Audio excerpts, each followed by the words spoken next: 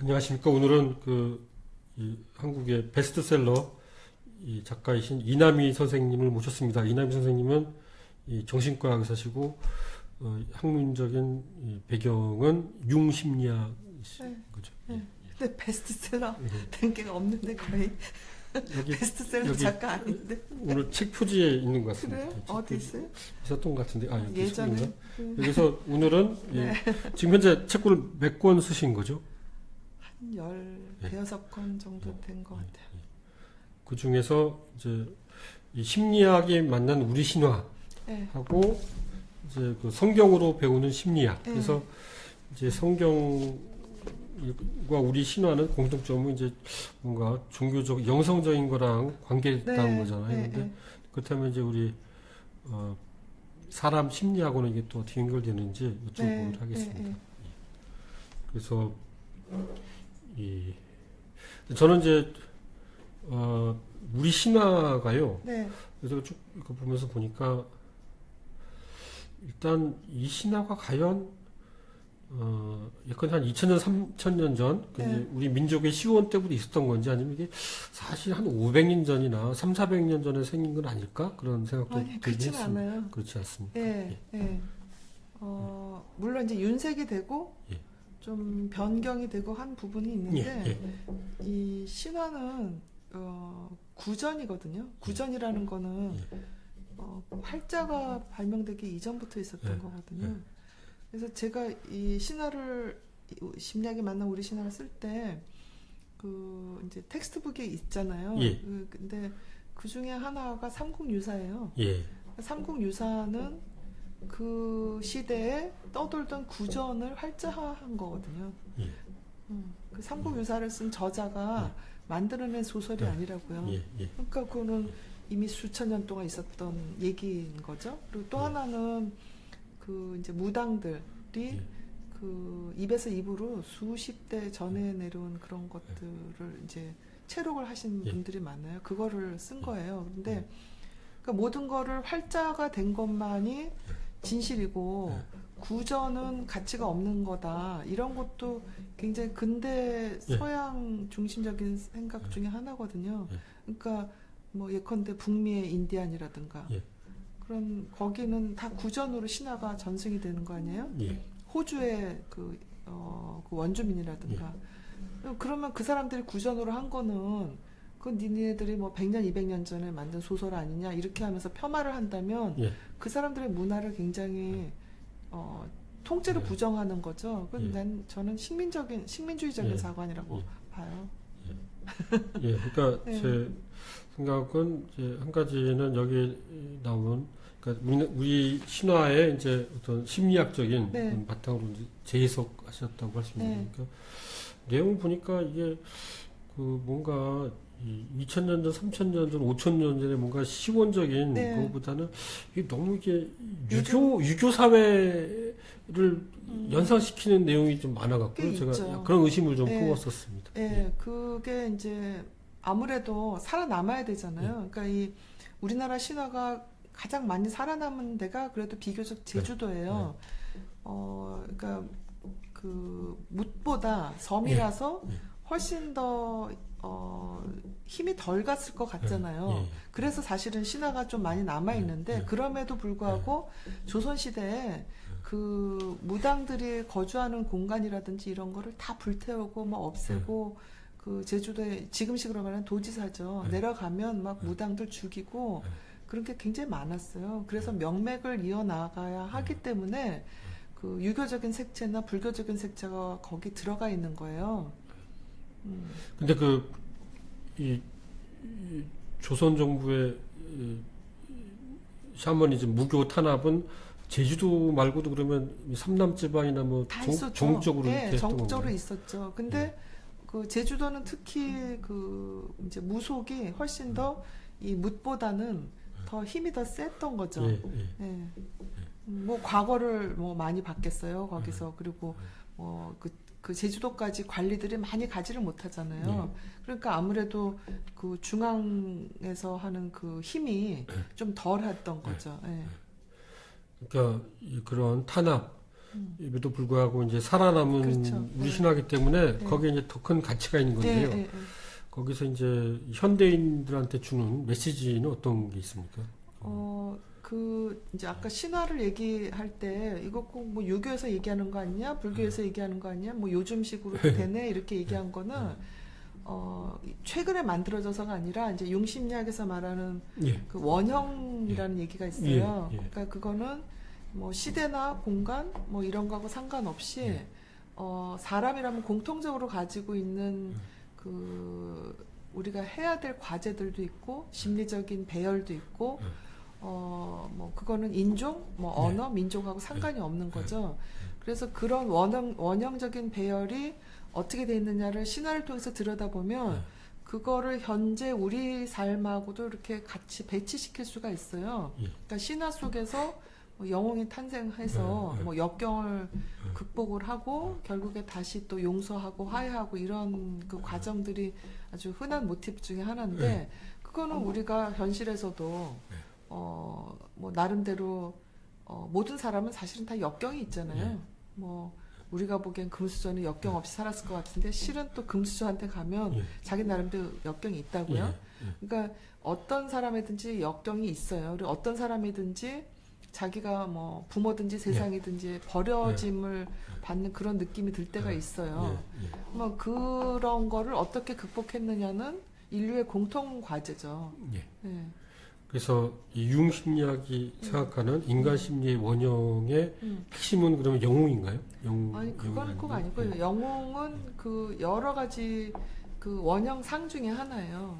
그러니까 그 원형상 중에는 뭐 아이상도 있고, 노현자상도 있고, 뭐 대모 어머니상도 있고, 뭐 아버지상도 있고, 뭐 도둑 뭐 마법사 뭐 이런 여러 가지 상들이 있어요. 그래서 우리가 때로는 도둑의 상을 구체화시킬 때도 있고, 뭐 누구를 속인다든지 사기시킨다든지 뭐 살살살 빠져나간다든지 뭐 이런 거, 또 뭐 마법사 같이 뭔가를 만들어낸다든지 뭐 이럴 수도 있고, 뭐 아이처럼 될 수도 있죠.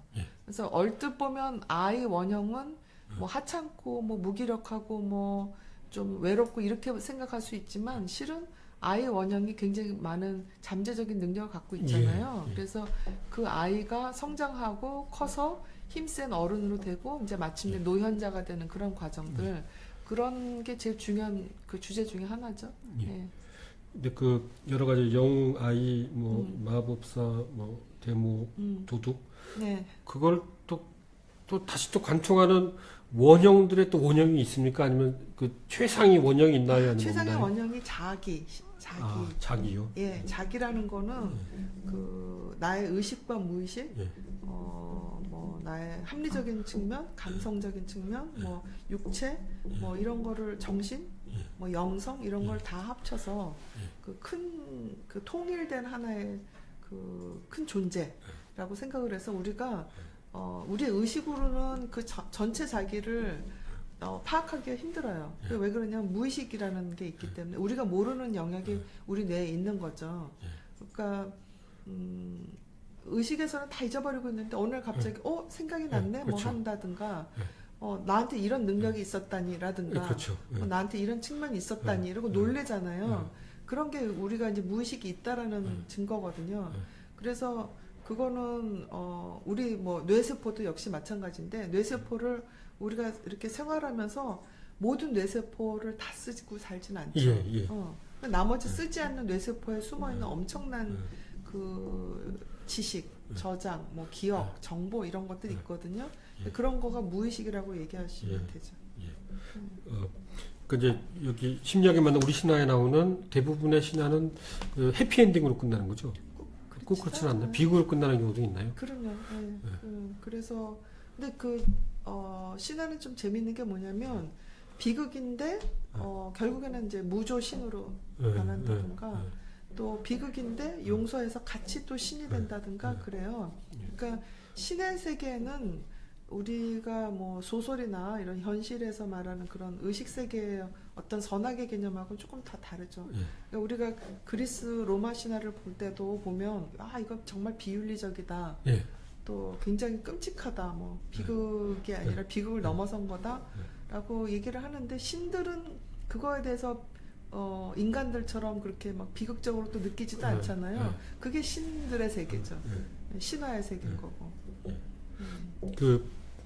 이 심리학에 만난 우리 신화에서 이제 우리 신화하고 다른 나라 신화, 뭐 그리스 로마 신화라든가 세계 각국 신화를 많이 인용하시는데요. 네. 우리나라 신화의 고유의 뭐 독특한 그런 거는 어떤 게 있습니까? 독특한 게 있다고도 할 수 있고 없다고도 할 수 그렇죠. 있어요. 네. 네. 그러니까 신화는 아까 말한 대로 원형이기 때문에 인류라면 뭐 모두가 다 같이 공통적으로 갖고 있는 게 이제 신화가 있는데 그런데 그럼에도 불구하고 우리가 역사가 있고 문화가 있잖아요. 그래서 그런 문화나 역사에 영향을 받는 부분들이 있어요. 그리고 이제 그게 윤색이 되고 각색이 되고 그러니까 우리의 특징 중에 하나를 저는 이제 개인적으로 뭐 제가 역사학자는 아니라서 뭐 함부로 말할 수는 없지만 개인적으로 우리 그 문화를 관통하는 것 중에 하나가 변방의식이 아닐까. 변방의식이요? 네. 그러니까 중국 같은 경우는 중화라는 얘기를 항상 쓰는데 우리는 뭐 송시열 선생 같은 분 특히 소중화 이래가지고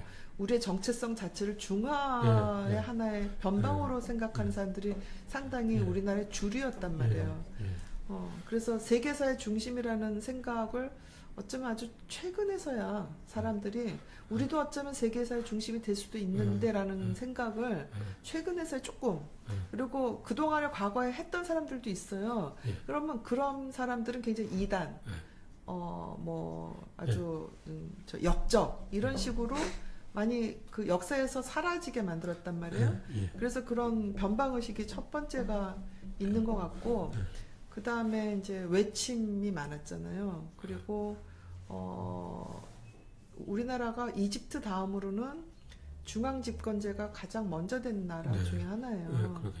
그래서 밖으로는 외침이 많았고 안으로는 그 중앙에서 받는 그런 억압 뭐 이런 게 꽤 많았어요. 그래서 일반 민중들한테는 그런 그 피해의식, 뭐 폭압적인 상황에 대한 어떤 인내, 견딤, 뭐 이런 게 또 하나의 그 특징 중에 하나죠.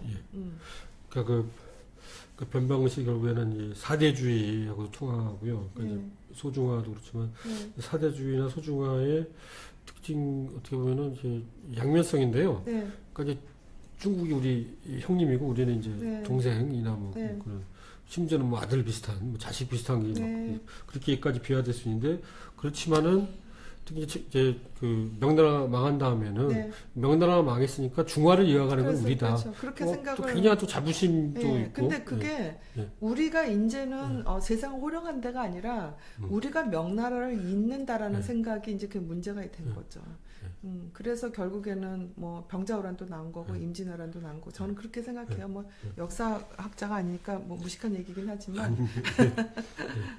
그러면 이 우리 신화 속에 나오는 그 인물들은 어떻게 그런 그 변방, 한국이 이제 우리나라가 변방이라는 사실과 4대 뭔가 큰 거를 섬겨야 된다는 그런 구조를 어떻게 나름대로 극복을 하나요, 그분들은? 첫 번째 저는 그 영성의 세계라고 생각하거든요. 그러니까 그 현실은 아무래도 개인적인 욕망, 그러니까 용심리학에서 말하면 자아예요. 그러니까 뭐 불교식으로 말하면 뭐 아만 뭐 이런 식으로 나의 욕망에 충실하는 게 현실 세계의 하나의 제일 큰 원칙이죠. 그렇다면 신화의 세계는 자아에 사로잡히지 않아요. 우주와 교감하죠. 그래서 별이 되기도 하고 뭐 달이 되기도 하고 그러니까 그거를 그냥 동화적인 상상력으로 물론 생각할 수도 있지만 실제 모든 종교를 관통하는 거거든요. 우리가 지금 현실에선 그 욕망의 노예이지만 더 큰 그 절대자인 하느님이 계신다든가 또 그런 윤회를 뛰어넘는 부처님의 경지에 간다든가 이런 식의 그 영성의 세계를 확장하는 게 종교의 세계거든요.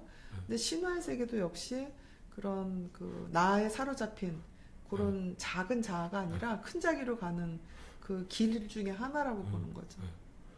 그러니까 제가 뭐 심리학, 뭐 융심리학에 대해서 하는 거는 예, 대학교 때 그 교양 시간에 배운 밖에 없는데요. 대충 프로이트하고 융하고 다른 거는 융은 이제 그 집단 의식을 얘기한 집단 거죠. 의식, 무의식, 또 다양한 콤플렉스 이론. 그러니까 프로이드 이론은 리비도 이론 이렇게 하고 개인의 성장 발전, 그 가족사의 어떤 역동 이런 거에 굉장히 무게를 뒀고. 또 인과론을 굉장히 생각을 했어요. 이러이러한 과거의 상처 때문에 뭐 외상 때문에 이런 증상이 생긴 것이다. 그러니까 과거 원인을 찾자 하는데 중점을 뒀다면 이제 융심리학은 이런 증상이 도대체 너의 앞날에 어떤 그 메시지를 던지느냐. 과거에 뭐 이렇게 해서 이런 상처가 있다 하늘 중요한 건 미래다. 그게 이제 큰 차이점 중에 하나죠. 그러니까 융 심리학은 집단 의식 다 강조하기 때문에 아무래도 자연스럽게 그 신화에 관심을 가졌겠네요, 그렇죠? 신화가 일종의 그 집단 무의식이니까 신화, 뭐 민담, 전설, 또 뭐 소설, 희곡 이런 것도 집단 의식이 또 투영이 되는 곳이니까요. 예술 쪽에 관심이 많죠.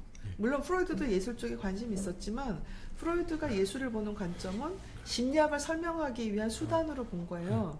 그러니까 레오나르도 다빈치를 얘기해도 레오나르도 다빈치가 갖고 있는 어떤 콤플렉스들이 있느냐, 어떤 에디푸스 콤플렉스 사로잡혔나를 설명을 하려고 레오나르도 다빈치를 공부를 한다면 융심리학은 레오나르도 다빈치가 우리한테 보여주는 집단 의식과 무의식이 뭐냐, 그 상징들이 의미하는 게 뭐냐 이렇게 보는 거죠.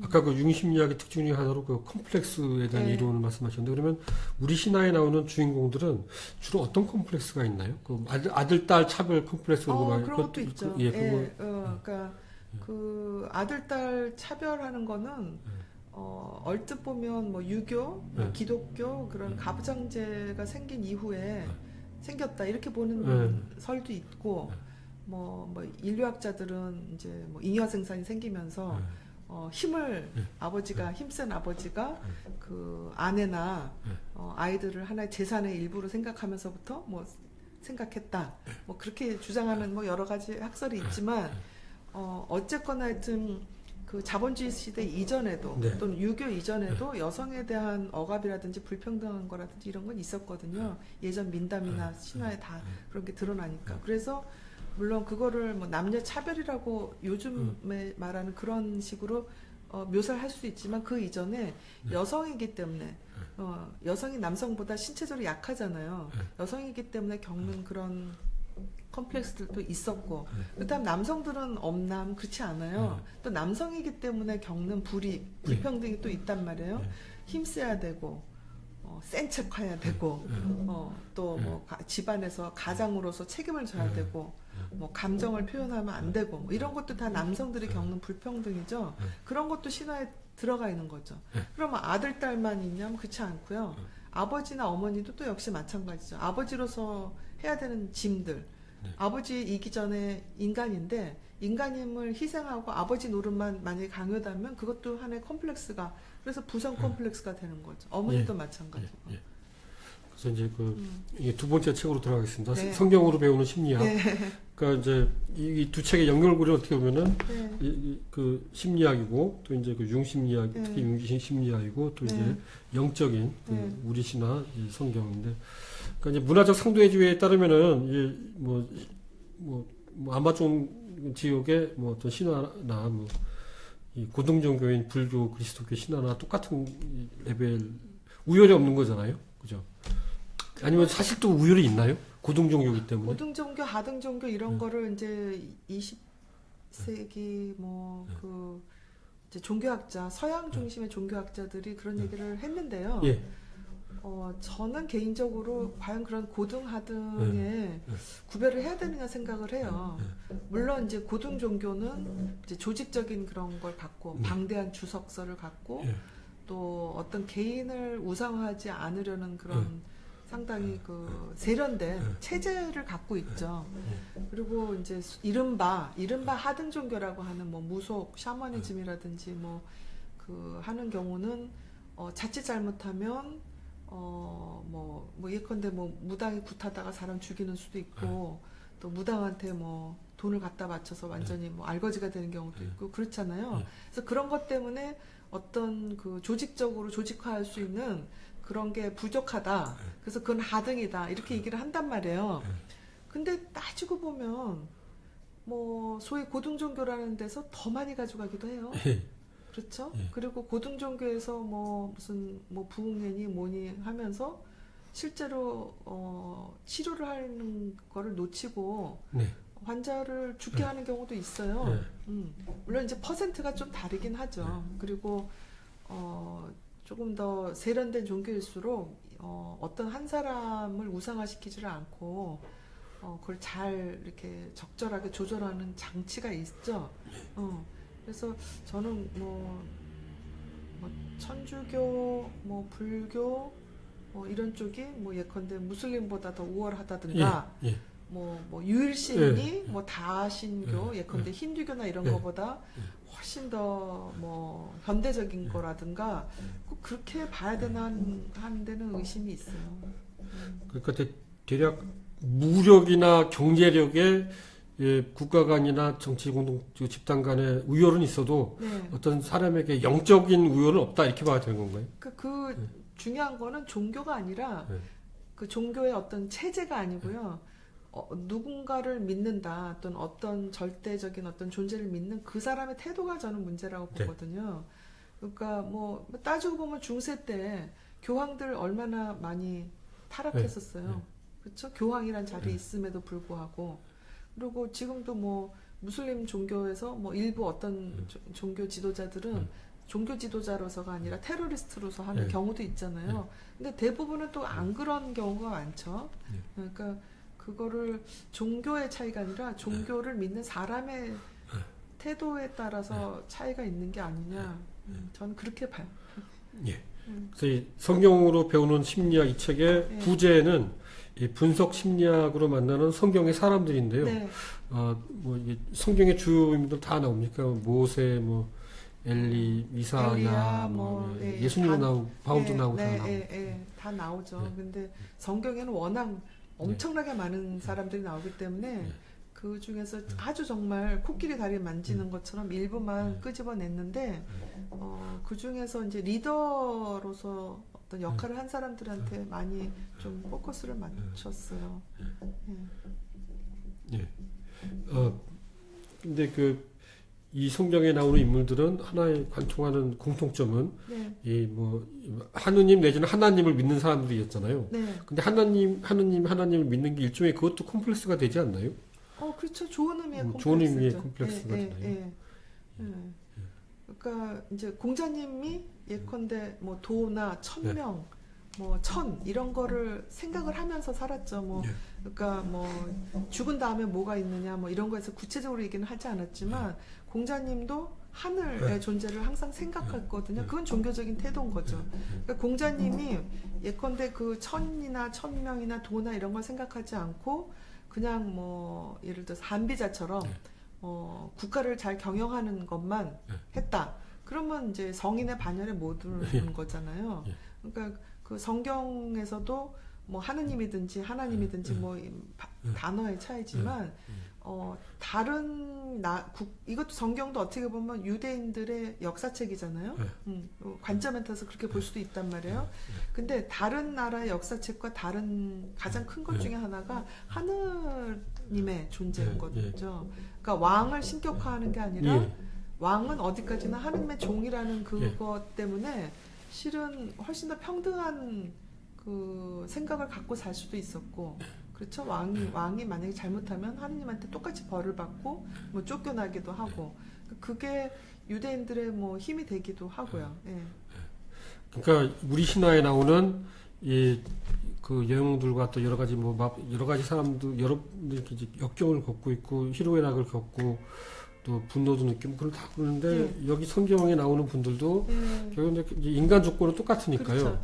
근데 이 성경에 나오는 분들이 그 문제를 해결하는 방법은 결국에는 이 하나님에 대한 믿음과 기도인가요? 뭐 다른 뭐 특별한 방법은 없나요? 하나님에 대한 믿음과 기도고 거기 저는 사랑이라고 봐요. 하나님에 대한 사랑, 인간에 대한 사랑. 뭐 저도 이렇게 살다 보면 지치고 실망하고 분노하고 그래서 사람에 대한 사랑을 거두고 싶을 때가 꽤 많거든요. 근데 그럴 때 인생이 굉장히 어두워지고 무의미해지죠. 길을 잃게 되고.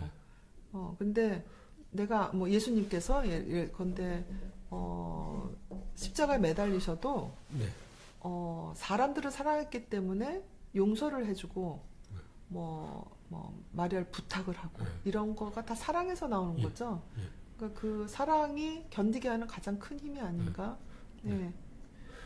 그러면은 이 각 종교나 이 영적인 체제가 다 다르고 그런데 일단 그리스도교나 유대교 특히 그리스도교의 그 고유의 것은 결국 사랑에 대한 강조가 되나요? 그렇죠. 그러니까 아무래도 우리 신화에는 약간 사랑에 해당하는 뭔가가 있는데 그게 이제 또 구체적으로 개념화되지는 않다고 봐야 되나요? 저는 뭐 제가 다 뭐라고 일반화시킬 그 자격은 안 되지만 제 생각에 우리나라 신화에 관통하는 거는 조화인 것 같아요. 조화요. 예, 그 조화가 그러니까 자연, 우주, 인간, 공동체 뭐 이런 조화. 전체적인 합일이라면 그 성경은 뭐 하느님에 대한 사랑, 인간에 대한 사랑. 그러니까 뭔가 좀 벡터가 좀 더 단일한 거죠.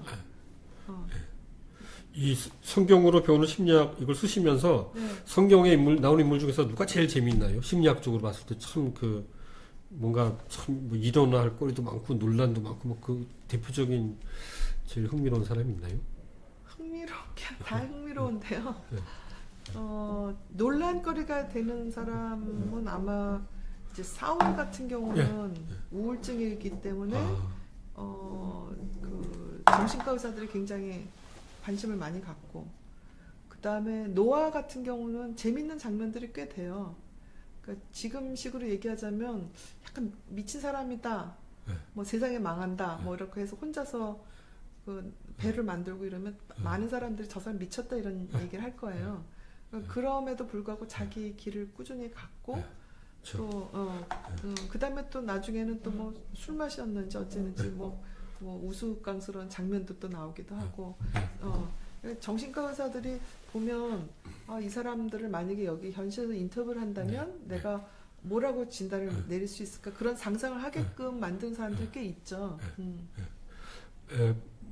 제가 약간 엉뚱한 얘기인데요. 이거는 학문적 근거도 없고 그렇지만은 제가 보기에는 성경에서 가장 흥미로운 인물은 하느님 자신인 것 같아요. 신. 그렇죠. 신이 제일 그러니까 이제 보통 이제 이 사회과학자들, 과학자들이 이렇게 얘기하잖아요. 그러니까 이제 종교라는 건 인간이 만든 거다. 자기의 이미지를 이제 프로젝트를 해가지고 어쩌고 그런 얘기 하잖아요. 근데 그렇게 보면은 이 성경에 나오는 이 신은 사람이 만든 거거든요. 근데 그거 중에 신이 만약 사람이 만든다는 거 전제를 하겠습니까? 이제 꼭 그러니까 이제 신이 인간을 만났다는 게 아니라 만약 그 학자들의 말이 맞다면은 사람이 신을 만들었는데 사람이 신을 만들었는데 굉장히 흥미로운 점 하나가 있다고 생각합니다.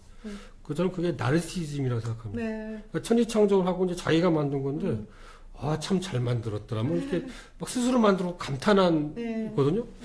그러니까 이 인간의 아주 핵심적인 본질 중에 나르시즘이 있는 게 아닌가 그런 생각이 들었어요. 그러니까 우리가 나르시즘 하면 좀 병적인 걸 자꾸 생각을 해서 그 자기가 우쭐하고 뭐 남은 좀 비하하고 이런 걸 나르시즘이라고 얘기하는데 심리학에서는 건강한 나르시즘 꼭 필요하다고 봐요. 그렇죠. 그러니까 그 자기 자신을 즐길 수 있고 스스로를 칭찬할 수 있고 그래야 또 상대방을 칭찬하고 상대방의 좋은 점 인정을 해요. 그리고 그래야 행복하고. 그러니까 만약에 병적인 나르시즘이라고 그러면 하느님께서 예컨대 지구를 다 만든 다음에 다른 별에서는 다른 하느님이 뭘 만들었나? 그리고 아이고 그거에 비하면 내 건 참 별 볼 일 없네. 이거는 병적인 나르시즘이죠. 근데 그런 거 상관없이 내가 이렇게 열심히 일주일을 했는데 좋다. 즐기자. 이거는 굉장히 건강한 나르시즘이라는 거죠. 그렇죠. 그래서 이제 건강한 나르시즘은 스스로에 대한 자부심과 어떤 아이덴티티 정체감에 대한 확신이나 그런 게 있을 거고요. 그러면 이제 나르시즘의 대상은 본인인데 본인이 아니라 타인에 대해서 야, 너 참 이렇게 어쩜 이렇게 잘생겼니? 왜 이렇게, 네. 이렇게 글씨가 이쁘니? 네. 이렇게 막 칭찬해주고 감탄하고 어떤 대상을 자부심을 불러일으켜주고 그러려고 하는 거에 대한 학술 용어가 있나요? 다른 사람들을 칭찬하는 거를 그렇죠. 학술 용어로 뭐라고 하냐고요? 그러니까 나르시즘은 자기를 대상으로 하는데 네. 타인을 대상으로 해서 참 뭐 잘했다라든가 뭐 그렇게 칭찬해주고 그런 거에 대한 학술 용어가 혹시 있는지 이제 그냥 궁금해서 그 여쭤봤습니다. 칭찬도 여러 가지가 있겠죠. 그러니까 진심으로 그 사람의 그렇죠. 어떤 행복에 공감해주고 네. 그래서 같이 기뻐해주는 칭찬이 있겠죠. 그렇죠. 그거는 그리고- 이제 공감 능력이 되겠죠. 예. 근데 그런 게 아니라 예. 어떤 뭐 목적을 가지고 그렇죠. 네. 가짜 칭찬을 가짜 한다 그러면 칭찬. 이제 그게 일종의 그 조종을 하려고 하는 거거든요. 그렇죠. 예. 그거는 그 성격 장애 중에서 이제 전환 장애, 뭐 컨버전 히스테리아 네. 뭐 이런 얘기하는 예. 자기의 목적을 위해서 다른 사람들을 칭찬해 준다 네. 하면은 그거는 병적인 거죠. 네. 그리고 겉으로는 칭찬하면서 또 속으로는 굉장히 네. 질투를 한다. 예. 그런 것도 병적인 질투가 되고요. 네. 근데 자기 자신을 깊이 있는 그대로 사랑하면 네. 상대방도 사실 있는 그대로 사랑할 수가 있어요. 네. 그러니까 내가 뭐 공부를 잘해야, 뭐 내가 돈을 잘 벌어야 나는 가치가 있는 사람이다. 라고 스스로 생각하면 그건 자기를 진짜 사랑하는 게 아니잖아요. 조건부 사랑인 거죠. 네. 근데 아예 그래 난 뭐 요새는 좀 돈을 좀 못 벌지만 나는 더 행복한 거가 뭔지를 알아. 뭐 돈이 다가 아니고 내가 나름대로 열심히 일하면서 보람을 느끼면 되지. 이거는 진짜 자기를 사랑하는 거죠. 그런 사람들은 돈이 없다고 해서 또 지위가 높지 않다고 해서 상대방을 무시하거나 뭐 경멸하거나 그러지 않아요. 조건을 사랑하는 게 아니기 때문에. 근데 겉으로 보면 나 이것도 했어 저것도 했어 난 돈도 많아 그럼 그 사람 나르시즘이 굉장히 아주 뭐 튼튼한 것 같아요. 근데 그 사람은 돈이나 권력이 있기 때문에 자기를 사랑하는 거거든요. 그럼 그런 사람들은 돈이나 권력이 없는 사람들은 굉장히 경멸하고 비하해요. 예. 그래서 그런 사람들은 실제로 자기 자신을 사랑하는 사람들이 아니에요. 돈과 권력을 사랑하는 거죠. 그건 병적인 나르시즘이죠. 그러니까 그 자기 스스로를 이 건강하게 살아가고 또 타인도 건강하게 살아가려면 어떻게 해야 되나요? 어렸을 때부터 이렇게 부모가 잘 가르치고 학교에서 잘 가르쳐야 되나요? 어떻게? 그러니까 부모도요. 그런 조건부 사랑을 사실은 좀 걷어들여야 돼요. 그러니까 예컨대 이제 공부 잘하면 이뻐해주고 그렇죠. 뭐 그런 사람이. 뭐 엄마 말 잘 들으면 예. 이뻐해주고, 뭐 어디 가서 칭찬받으면 이뻐해주는 게 아니라 그냥 있는 그대로 너는 참 뭐 멋진 사람이다라는 그런 생각을 아이가 가질 수 있도록 자부심을 가질 수 있도록 해야 되고 학교도 마찬가지예요. 학교에서 보면 제가 맨날 강조하지만 우리나라는 깎기의 학교예요. 깎기 더하기가 아니라 맨날 지적해요. 뭐 너는 뭐 뭘 준비물을 뭐 했냐, 뭐 뭘 실수를 했냐, 뭐 이런 식으로. 근데 더하기의 학교라고 그러면 너 IQ 70밖에 안 됐는데 오늘 청소 열심히 했구나. 그럼 넌 A 플러스야. 너는 사실은 사회성이 부족한데 오늘 네가 먼저 다른 친구한테 말도 걸고 친구를 도와줬네. 그럼 넌 오늘 A 플러스야. 이런 식으로 해서 이렇게 좀 자긍심을 북돋아주는 교육을 해야 되는데 계속 사실은 그게 선생님들 문제가 있는 게 선생님들도 계속 시달리면서 깎기의 교육을 받은 사람들이에요. 그 사람들이 배운 거는 그 깎는 것만 배웠단 말이에요. 그리고 학교에서 일 많고 노동부하 많고 또 위에서 계속 실적 뭐 점수 이런 걸 스트레스를 받으니까 그게 어디로 가겠어요? 애들한테 가는 거죠. 그러니까 학교에서도 그렇게 깎고 사회에 나와서도 그래요. 사회에서 요새 뭐 대선 주자들 나와서 막 얘기하고 그러는데 제가 볼 때는 거기 나오신 분들 다 저보다 수십 배 잘났어요. 엄청나요. 제가 볼 때 어떻게 저걸 다 기억을 하나. 그래서 저는 다 감탄을 하고 봅니다. 참, 나 같으면 저기 갔다 쓰러지겠다. 뒷골 잡고 넘어지겠다. 이러는데, 모든 한 4, 5천만이 다 그 대선 주자들을 깎느라고 정신이 없어요. 네. 그것도 깎기의 문화거든요. 네. 그러니까 칭찬의 문화가 아니라 하여튼 다 비하해야 돼요. 네. 그래야지 내가 잘났다고 생각을 하는데, 적을 뭐, 우리가 짓밟으면 우리가 행복하냐? 지금 그런 부족에 싸우는 시대가 아니거든요. 그래서 제가 이 우리 신화를 좋아하는 게 조화예요. 조화의 정신은 없고 오로지 정복, 뭐 투쟁 이런 것만 남아 있어요. 그래서 그래 지금 뭐 박근혜를 뭐 탄핵을 했지 두고 봐라. 3년 후에 내가 어떻게든지 문재인을 또는 뭐 홍준표를 내가 탄핵을 하는데 앞장을 서서 그놈들 다 다 쓸어버리겠다 이런 생각하시는 분들 꽤 있을 거예요. 그거야말로 정말 어떻게 보면 병적인 나르시즘이라고 저는 생각을 해요. 박근혜도 사실은 저는 탄핵까지 가지 않고 중간에 물러섰으면 얼마나 좋았을까 그런 생각을 했어요. 근데 그리고 지금 뭐 아무것도 없는데 계속 박근혜 뭐 과거에 대해서 하는 것도 사실 가슴 아프고 그냥 그렇게 해서 공과 뭐 얘기를 하면 좋은데 공 얘기하면 뭐 공이 어딨냐 과뿐이다 이렇게 얘기하는 거는 다 양비 이분법이죠. 이분법. 그러니까 정치라는 게 그러니까 아무래도 이제 이 현실주의의 세계니까요. 네. 사랑을 정치에 도입하는 건 좀 힘들 것 같고 그 대신 조화는 가능하지 않을까?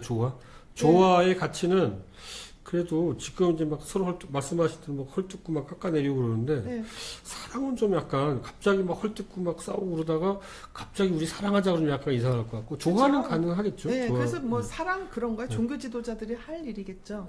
근데 정치 지도자들이든 또는 유권자들이든 품격이라는 게 있는 거거든요. 그러니까 입에 담아야 될 말이 있고 담지 말아야 될 말들이 있잖아요. 근데 어느 틈엔지 우리는 그 입에 담지 말아야 될 말들을 서로 많이 해요. 근데 그런 거가 어떻게 보면 지식인들이 해야 될 일인데 그거를 지식인들이 잘 못하고 있죠. 그래서 이제 여기 또 책으로 신간인가요? 슬픔이 아니에요. 넘치는 한참 전에인데 성경에 대한 책이라서 이게 세월호 나던 그 해 슬픔이 넘치는 그 해 나왔던 책이에요.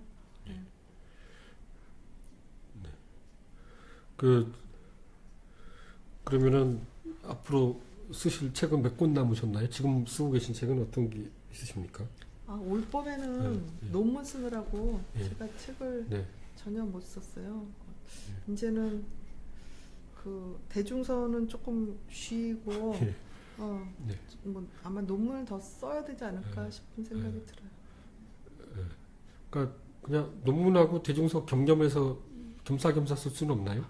되게 힘드나요? 체력이 안 되고 그다음에 이 머리가요 급 노화로 지금 돼서 논문을 쓰시다 이제 리사이클 해가지고 이렇게 조금 이제 살 붙이고 이렇게 대중적으로 만들어서 이렇게 대중용으로 만들고 이제 논문으로 또 제출하고 그러면은 되나요? 그게 불가능한 거예요? 근데 제가 자신이 없어지는 게 내가 대중서를 쓰면 그 사람들이 좋아할까 이런 자신감이 점점 없어지고 있어요.